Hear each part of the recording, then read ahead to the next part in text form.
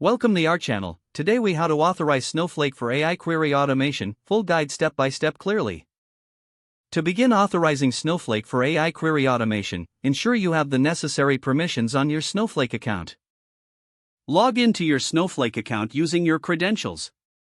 Navigate to the admin section from the main menu. Select users from the admin dashboard. Identify the user account that will be used for AI query automation. Click on the user account to access its settings. Verify that the role assigned to the user has the necessary permissions for querying and data access. If not, update the role to include the required permissions.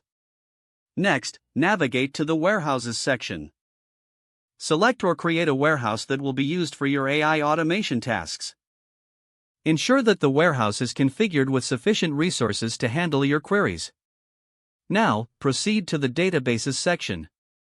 Choose the database you will be querying with the AI tools. Grant the user access to this database. This can be done by assigning the appropriate roles or directly granting privileges. With the permissions in place, move to the integration with your AI tool. Access the settings of your preferred AI query automation tool. Locate the section for database connections or integrations. Input the Snowflake account details, including your account name, username, password, and warehouse name. Test the connection to ensure that the integration works correctly.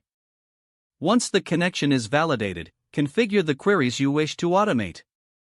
Save the configurations within your AI tool. Finally, run a test query to confirm that everything is working as expected.